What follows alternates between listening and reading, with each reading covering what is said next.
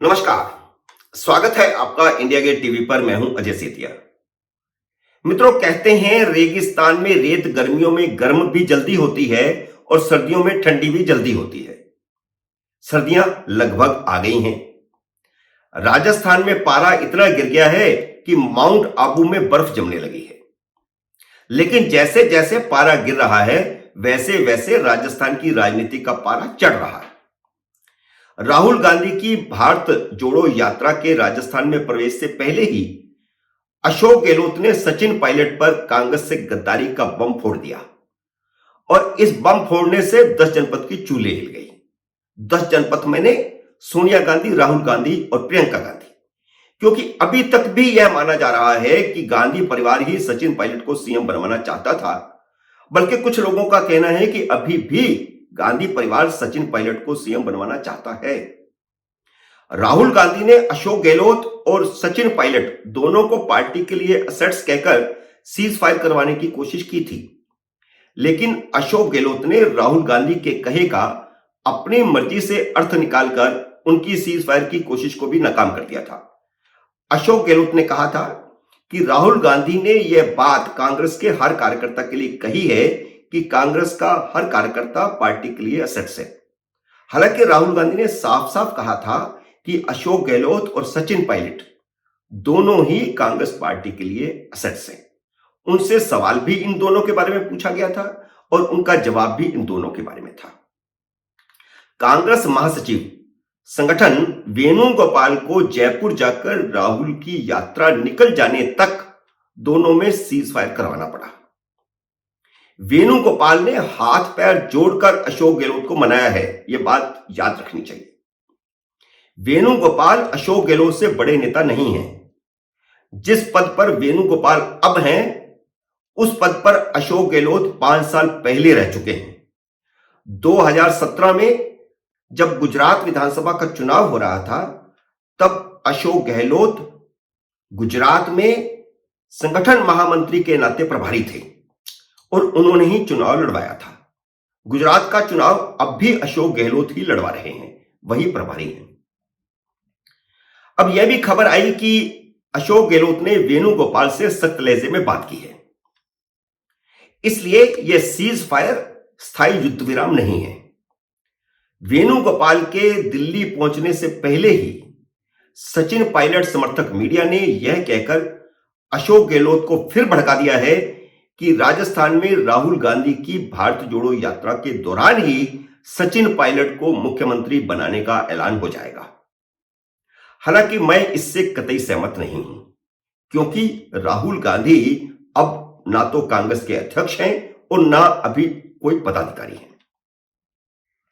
अपनी राय अपन पहले ही बता चुके हैं, उसे फिर दोहरा देते हैं कि अशोक गहलोत किसी भी हालत में यह नहीं होने देंगे कि वह मुख्यमंत्री पद से हट जाएं और उनकी जगह पर सचिन पायलट मुख्यमंत्री बन जाए।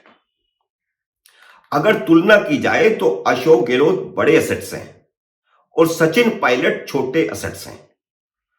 लेकिन इसके बावजूद अगर सचिन पायलट के दबाव में मुख्यमंत्री बदला भी गया तो सचिन पायलट मुख्यमंत्री नहीं होंगे, कोई तीसरा होगा, जैसे पंजाब में हुआ था। कांग्रेस के पास अब अध्यक्ष पद भी नहीं बचा है कि अशोक गहलोत को दिल्ली ले जाकर के अध्यक्ष पद पर बैठा दें। मुख्यमंत्री की कुर्सी छोड़कर वह वेणुगोपाल की कुर्सी पर बैठना कभी बर्दाश्त नहीं करेंगे, जिस पद पर वह 5 साल पहले थे। कांग्रेस में अगर थोड़ी भी बुद्धि होगी तो वह अशोक गहलोत को डिस्टर्ब नहीं करेगी और मेरा मानना है कि अशोक गहलोत को चुनावों तक डिस्टर्ब नहीं किया जाएगा। विधानसभा चुनाव में अब सिर्फ 10 महीने ही बाकी बचे हैं। 2 महीने पहले तो आचार संहिता ही लग जाती है। 10 महीने पहले तो चुनावी तैयारियां शुरू हो जाती हैं। तो इसका मतलब है कि अब चुनावी तैयारियां शुरू करने का वक्त आ गया है, मुख्यमंत्री बदलने का वक्त ही नहीं रहा। भारतीय जनता पार्टी ने 10 महीने पहले ही जन आक्रोश यात्रा शुरू करके चुनावी बिगुल बजा दिया है। राहुल गांधी की भारत जोड़ो यात्रा 3 दिसंबर को राजस्थान में प्रवेश करेगी, लेकिन जेपी नड्डा ने 1 दिसंबर को ही जन आक्रोश यात्रा को जयपुर से रवाना कर दिया। जो सभी 200 विधानसभा क्षेत्रों में जाएगी, जबकि राहुल गांधी की भारत जोड़ो यात्रा तो 15 दिन में 7 जिलों में सिर्फ 18 विधानसभा क्षेत्रों में जाएगी।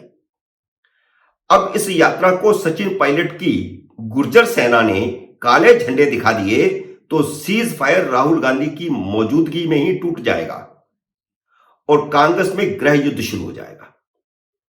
इसलिए यह कहना गलत नहीं होगा कि राजस्थान राहुल गांधी की भारत जोड़ो यात्रा का सबसे मुश्किल क्षेत्र है।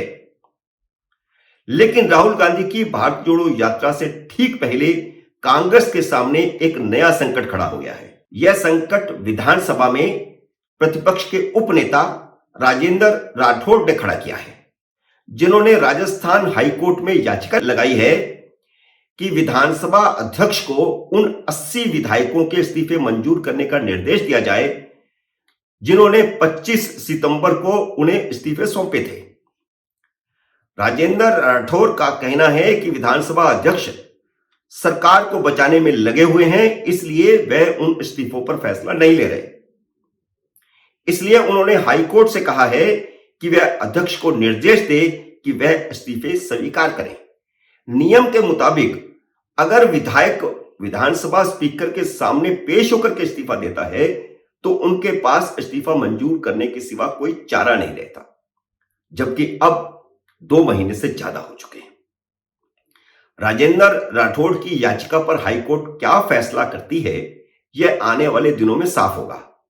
इतना तय है कि कांग्रेस सरकार के सामने यह नया संकट है जिसका सामना करने के लिए उसे तैयार रहना होगा, वह भी ऐसे समय में जब राहुल गांधी 3-4 दिसंबर को राजस्थान की सीमा में अपनी भारत जोड़ो यात्रा के साथ प्रवेश कर रहे हैं। मित्रों, उम्मीद है मेरा यह नया विश्लेषण आपको पसंद आया होगा।